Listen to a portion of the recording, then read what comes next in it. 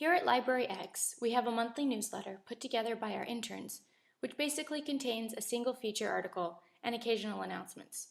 This month, I would like to teach the interns a feature of Microsoft Word they can use to jazz up the newsletter a little bit. I will teach them how to install a pull quote. The interns are familiar enough with Word, but this feature is new to them. I hope that by the end of this tutorial, they will be able to add a pull quote in a text box to a basic newsletter. Here we go.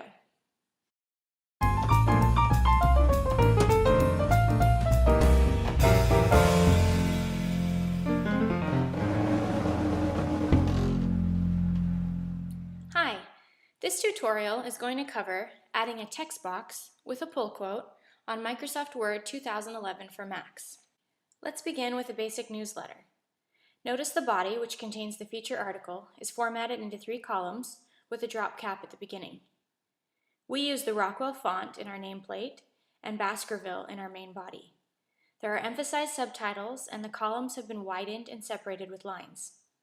It looks nice and neat, but we're going to learn how to add a pull quote to give graphical emphasis to a particular line of the article and to make the newsletter look a little fancier, a little more professional. The quote we want to pull comes from the very last sentence of the article on page 2 of our newsletter. Let's highlight that sentence and copy it by going to Edit, Copy, up on the top, or by pressing Command-C. Then we'll move back up to the first page.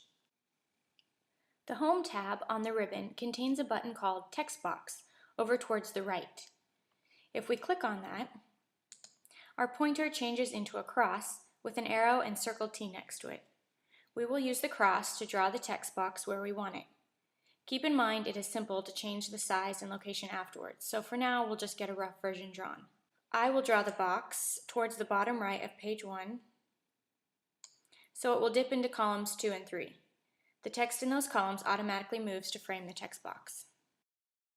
Let's first get our quote inside the box by clicking inside it until the pointer becomes a text cursor.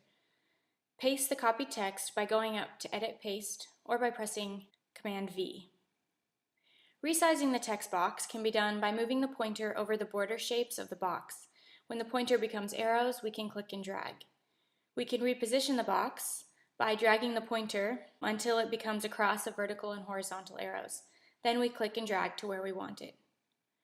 Our quote is now in the text box in the general area we want it, but we clearly need to format it still. With the text box selected, you may need to double-click the border. Notice that the ribbon along the top changes to formatting options.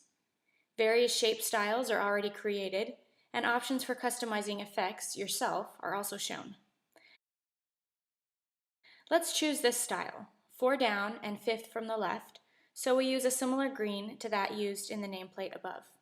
The color is good, but let's add a border line by choosing the down arrow next to the line button and clicking on black. Let's click the arrow again, select weights, and choose 2 1/4 to increase the line's thickness and make the box stand out even more.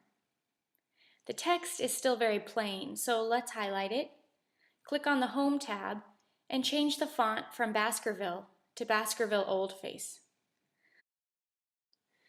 Let's also increase the size to 15 and italicize it. Finally, we will find the Alignment button in the Home tab and center the text. Now let's navigate back to the Format tab by double-clicking the border of our text box and make our text middle aligned by clicking on the down arrow by the first icon in the text box section. We will choose Middle.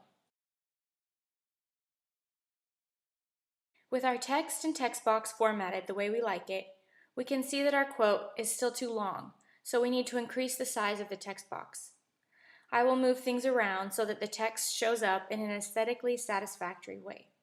I can also move text around within the box.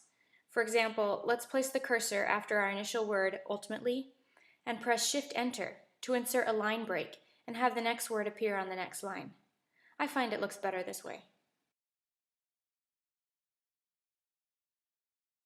This looks good, and we're going to leave it this way. But you can always experiment with effects by clicking the drop arrow by Effects in the Shape Styles section to add shadows, reflections, glows, beveling, or 3D rotations. Hopefully you can now add a pull quote to a newsletter and customize it to look professional and attractive. Good luck!